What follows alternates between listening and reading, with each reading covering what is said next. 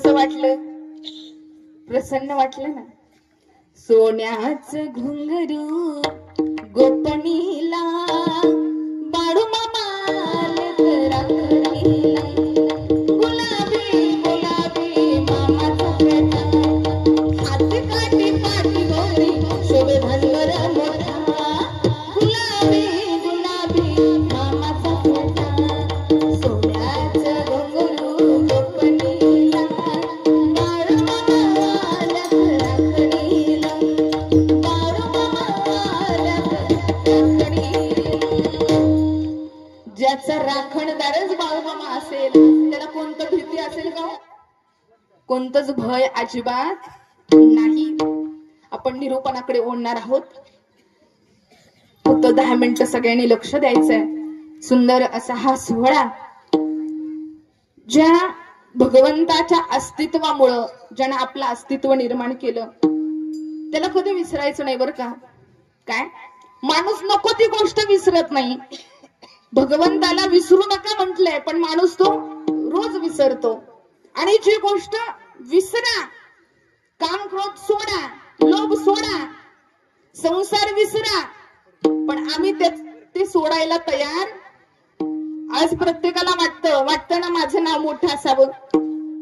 आज बघायला गेलं ना तर बघा माऊली सांगतात त्यांच्या अभंगामध्ये ऋणू झुणू रे भ्रमरा सांडी तू अवघुणू रे भ्रमरा ऋणू झुणू रे भ्रमरा सांडी तू अवघुणू रे भ्रमरा. आपल्याकडे वेळ नाही बरं का. हा अभंग कुणाचा आहे महाराज? अभंग माऊलींचा आहे. अभंग कुणाचा आहे? ज्या ज्या अभंगामध्ये बाप रुक्मात देवीवर आले तो अभंग कुणाचा आहे? आता काय जण म्हणतील महाराज कसं? ज्ञानदेव म्हणे म्हटल्यावरती माऊली, तुका म्हणे म्हटल्यावर तुकाराम महाराज, जनी म्हणे म्हटल्यावर जनाबाई, नामा म्हणे म्हटल्यावर नाथ, एका जनार्दनी म्हटल्यावर नाथ महाराज. मग बाप रुक्मा देवीवर का आहे कुणाकडे उत्तर तर त्याचं उत्तर मी सांगते, नीट ऐका. आता रूप पाहत आलो क्षणी आपण अभंग म्हणतो बरोबर आहे. रूप पाहत आलो क्षणी सुख झाले हो. या कडव्यात सुद्धा 2 बाया आहेत बरं का. महिला मंडळ याच्यात 2 बाया आहेत. ते कोणते आहेत सांगा? कोण आहेत त्या? मी सांगणार नाही कारण काही डाव राखून ठेवलेलं चांगलं असतं बरं का. याला सुंदर असं उदाहरण आहे. राखून का ठेवायचं? गुरु शिष्य होते. गुरुनं सगळं शिष्याला डाव शिकवलं आणि शिष्य मोठा झाला, गुरु म्हातारा झाला आणि शिष्यानं सगळ्यांना हरवलं पण गुरुला काय हरवू शकला? पण शिष्य म्हणाला गुरुजींना, गुरुजी आज मला तुमच्या सोबतच डाव खेळायचा आहे कुस्तीचा. तुम्ही सगळे मला डाव शिकवले, मी सगळ्यांना हरवलं, आज मला कुणाला हरवायचंय? तुम्हालाच हरवायचंय. गुरु म्हणले अरे बाबा माझं वय झालंय, कशाला बाबा माझ्या नादाला लागतोस? म्हातारपणी माझं कंबार्ट मोडतो का? कशाला? नाही मला तुम्हाला हरवायचंय. गुरुजी म्हणले ठीक आहे बाबा चल. डाव मांडला आणि महाराज गुरुजींनी एका दणक्यात ह्याला खाली आपटला. कुणी आपटला? गुरुने. कुणाला? शिष्य म्हणला गुरुजी हे कसं शक्य आहे? तुम्ही मला सगळं डाव शिकवलं पण हा डाव तुम्ही मला का शिकवला नाही? गुरुजी म्हंटल मला माहित होतं कधीतरी उठून तू माझ्या बरोबर डाव खेळायला येणार आणि माझ्यावरती गुरगुर करणार, माझ्यावर गुरगुर करू नये म्हणून हा डाव तुझ्यासाठी राखून ठेवला. म्हणून शिष्यानं बरोबरी करावी पण आपल्या गुरु सोबत डाव एखादा राखून ठेवला पाहिजे. कधी कोणता प्रसंग येईल सांगता येत. पण मी तुम्हाला उत्तर देते की बाप रुक्मा देवीवर का म्हटलंय तर माऊलींनी समाधी घ्यायची ठरवली. माऊलींनी समाधी घेतली कितव्या वर्षी? 22व्या. घेतली समाधी कितव्या वर्षी? 22व्या. पण माऊलींना 15व्या वर्षीच ठरवलेलं की मला काय घ्यायची आहे. पण गुरूंच्या आज्ञा निवृत्तीनाथ म्हणाले की ज्ञाना काही दिवस थांब, तुला अजून मोठं कार्य करायचंय. म्हणून 2 वर्ष निवृत्तीनाथांचे, 2 वर्ष मुक्ताईचे आणि 2 वर्ष सोपान काकांचे, असे किती झाले? 6 वर्ष. म्हणजे 2000 आपलं 15 वर्ष ते 22व्या वर्षी याचा कालावधी किती आहे? मधी 6 वर्ष. या 6 वर्षाच्या आत, 15 वर्षाच्या आत लिहिलेली ज्ञानेश्वरी आहे, 15 वर्षाच्या आत लिहिलेला हरिपाठ आहे. म्हणून त्याच्यात ज्ञानदेव म्हणे आहे. पण या 6 वर्षामध्ये माऊली म्हणतात की हे आयुष्य हे माझं नाही, हे माझ्या गुरुने मला दिलेलं आहे, माझ्या भगवंताने मला दिलेलं आहे. आणि या कालखंडात मी जे काही लिहिल ते फक्त बाप रुक्मात देवी करू. म्हणून या 6 वर्षात जे ज्ञानदेवांनी लिहिलं ते स्वतःच्या नावावरती लिहिलं. आणि भगवंत पण असाच असतो बर का, त्यानं हा देह दिला, लिहिलंय का कुठं नाव? का लिहिलंय पांडुरंगाकडून सप्रेम भेट, माग शिक्कच द्यायला पाहिजे होतं देवाने. आणि बघा ना, इथून वरती डोळे, इथून वरती तोंड, बरोबर मध्ये काय दिलं? आणि माणसं सगळ्यात आधी काय पाहतात? पोरगी जर बघायला गेले ना, एखाद्याने विचारावं पोरगी पसंत पडली का, झालं काय?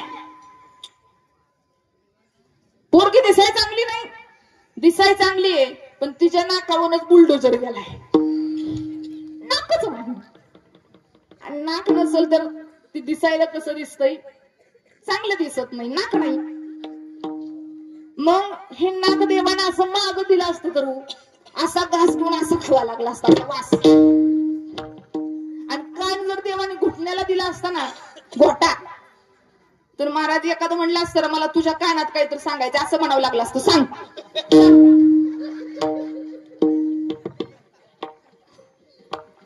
पण देवासारखा इंजिनियर नाही, देवासारखा डॉक्टर नाही, देवासारखा निर्माता नाही, देवासारखा ऍक्टर नाही.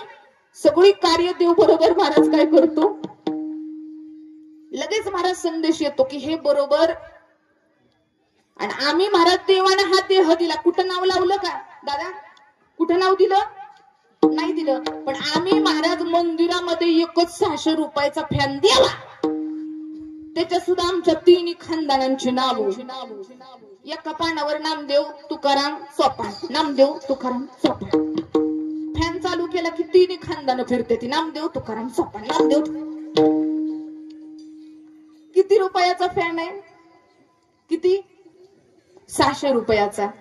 2 महिन्यानंतर असं वाजतं खांबाळा खांबाळा खांबाळा.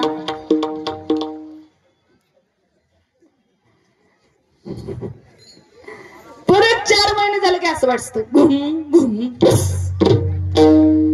बंद. आम्ही दिलेला 600 रुपयाचा फॅन किती दिवस टिकतो? जास्तीत जास्त 4 महिने. पण भगवंताने हा देह दिला, कुठं किंमत लिहिली नाही, कुठं शिक्का दिला नाही, अमोल किमतीचा देह दिला. कशा करता?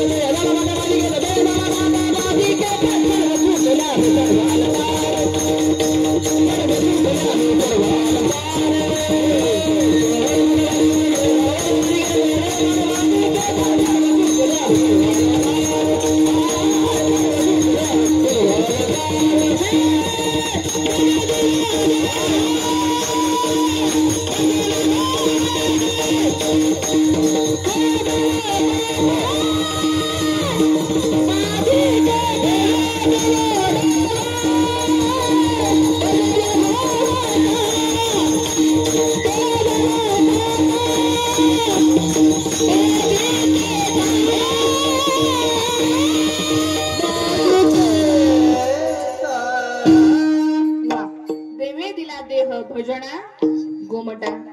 सगळ्यांनी 10 मिनिटं इकडे लक्ष द्यायचे बघा. 10च मिनिटं.